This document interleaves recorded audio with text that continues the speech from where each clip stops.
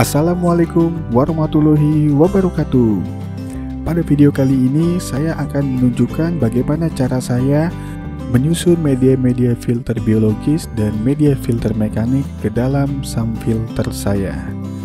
Ikuti terus video ini sampai habis ya, karena mungkin ada informasi yang bermanfaat bagi teman-teman yang ingin melakukan atau menyusun media filter ke dalam SAM filternya.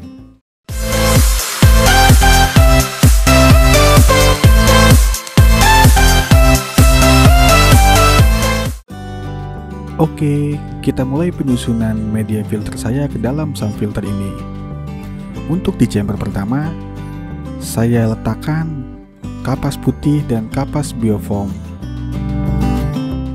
Jadi sebelumnya, akuarium ini telah saya running kurang lebih selama 2 hari ya. Barulah saat ini saya masukkan media filter tersebut ke dalam SAM filter ini.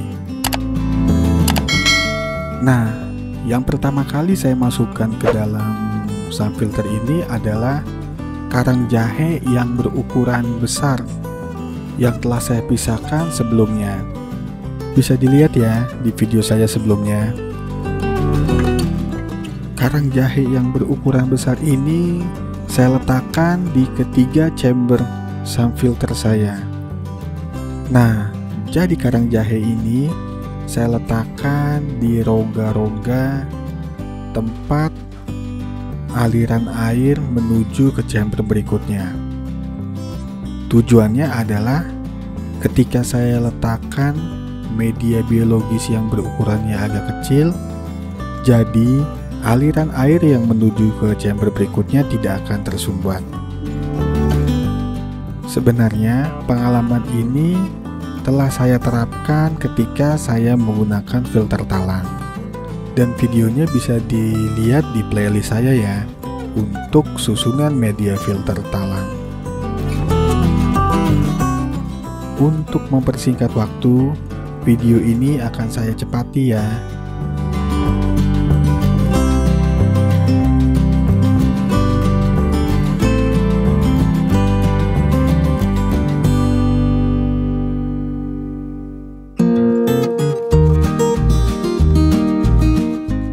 Nah, selesai sudah peletakan media biologis yang pertama, yaitu potongan jahe yang berukurannya agak besar. Bisa dilihat ya teman-teman. Dari satu karung karang jahe hanya dapat segini untuk karang jahe yang potongannya besar. Kelihatan dikit banget ya.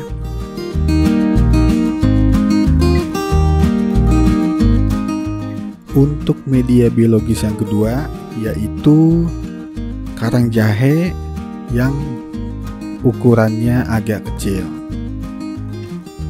Sekarang coba saya masukkan ke dalam SAM filter ini ya. Sebenarnya kegunaan karang jahe ini adalah bisa menghilangkan bau dan racun yang ada di air. Karang jahe juga memiliki fungsi untuk menaikkan pH ya teman-teman, sehingga mendukung terciptanya air yang bersih. Dikarenakan karang jahe ini berasal dari laut dan mengandung banyak kapur. Sebenarnya kapur inilah yang membuat pH air menjadi naik, karena sifat kapur adalah basa. Tentu, hal ini bisa menjaga kualitas air di dalam akuarium kita. Oke, video ini akan saya cepati lagi ya, supaya durasi video ini tidak terlalu lama.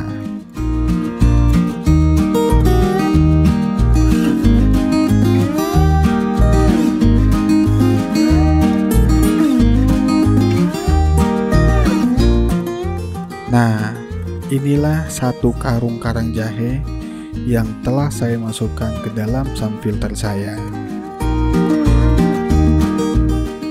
Memang untuk satu karung saya rasa masih kurang ya, tapi nggak apa-apa, nanti bisa disusulkan. Yang penting akuarium ini bisa running dengan media biologis dan media mekanik. Untuk chamber yang berikutnya, saya meletakkan batu apung. Batu apung ini banyaknya kurang lebih sebanyak 1 kilogram ya. Tapi memang sepertinya kurang deh. Karang jahe aja yang 1 karung hanya setengah chambernya, apalagi batu apung ini yang hanya 1 kilo.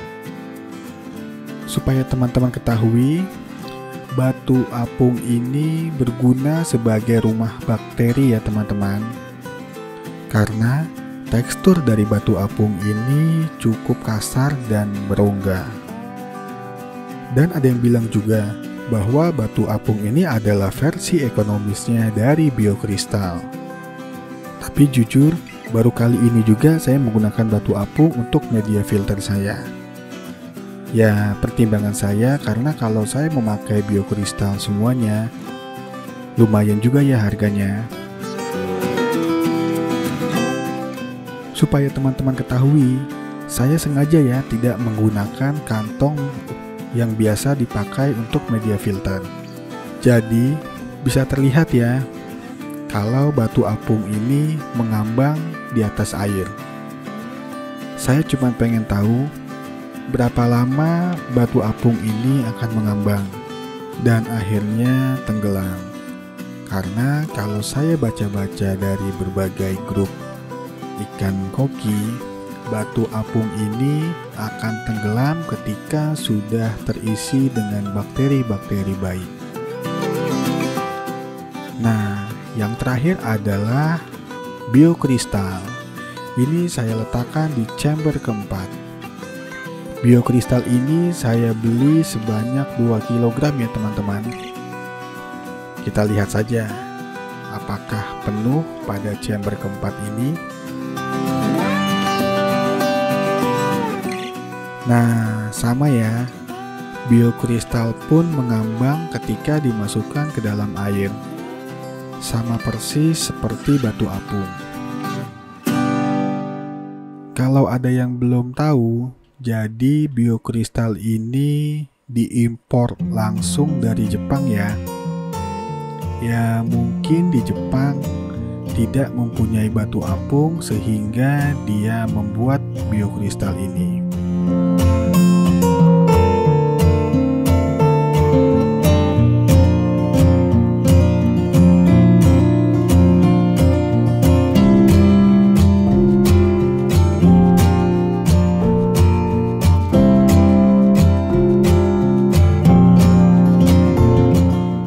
Dan inilah biokristal sebanyak 2 kg ketika telah saya letakkan di dalam sam filter saya. Memang tidak terisi full ya.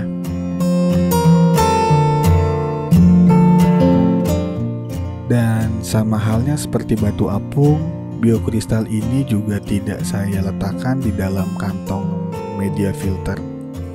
Saya biarkan mengambang di air ini.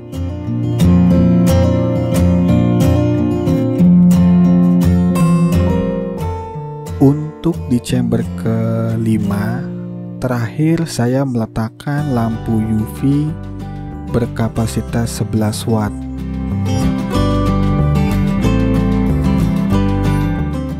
Jadi, lampu UV ini berguna untuk melakukan sterilisasi air di dalam akuarium. Atau bisa juga untuk mempercepat penjernihan air di dalam akuarium kita. Selain itu, lampu UV ini berfungsi untuk membunuh bakteri yang ada di dalam air akuarium kita. Membunuh bakteri, virus, dan berbagai mikroorganisme yang bisa berbahaya dan menimbulkan penyakit untuk ikan-ikan kita.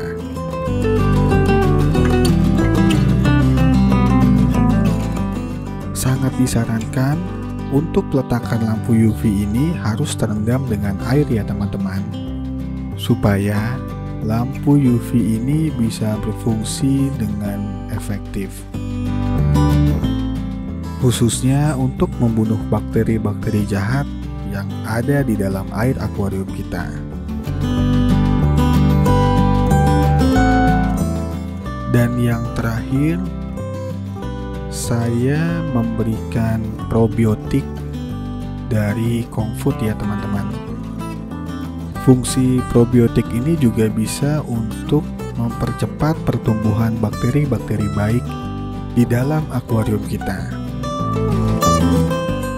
Untuk takarannya saya memberikan kira-kira aja ya teman-teman. Biasanya untuk di akuarium saya yang berukuran 80 x 40, saya memberikan sebanyak 1 tutup botol. Jadi untuk akuarium saya yang baru ini yang berukuran 120 x 50, kira-kira saya memberikan probiotik ini sebanyak 3 tutup botol.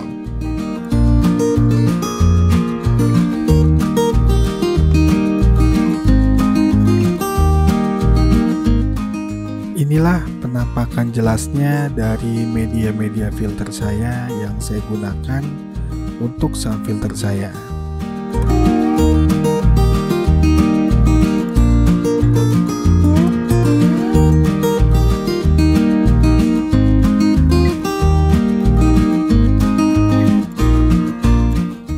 Dan inilah penampakan lampu UV saya yang telah saya letakkan di sound filter saya. Terendam air ya teman-teman.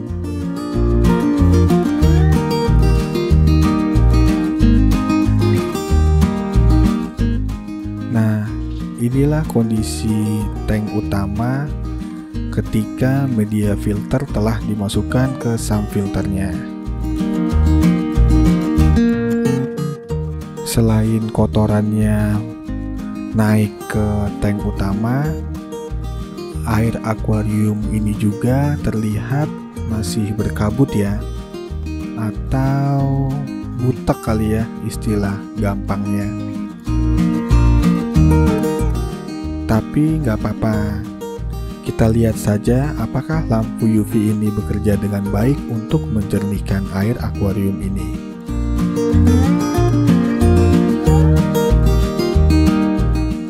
Nah, itulah video saya dalam melakukan penyusunan media filter biologis dan media filter mekanik ke dalam sound filter saya.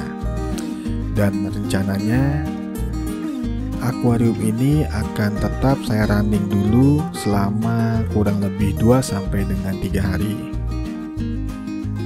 Setelah itu barulah saya memasukkan ikan koki-koki saya ke dalam akuarium ini. Insya Allah di video selanjutnya saya akan mengupload atau men-sharing proses relokasi ikan koki saya ke dalam akuarium ini.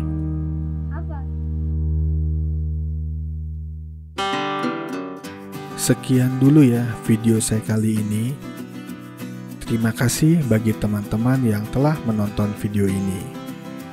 Jika dirasa bermanfaat, mohon untuk di like and di subscribe channel saya ini teman-teman, supaya saya bisa lebih semangat lagi dalam melakukan update-update terkait dengan proses pemeliharaan ikan mas koki. Akhir kata, saya ucapkan Assalamualaikum warahmatullahi wabarakatuh.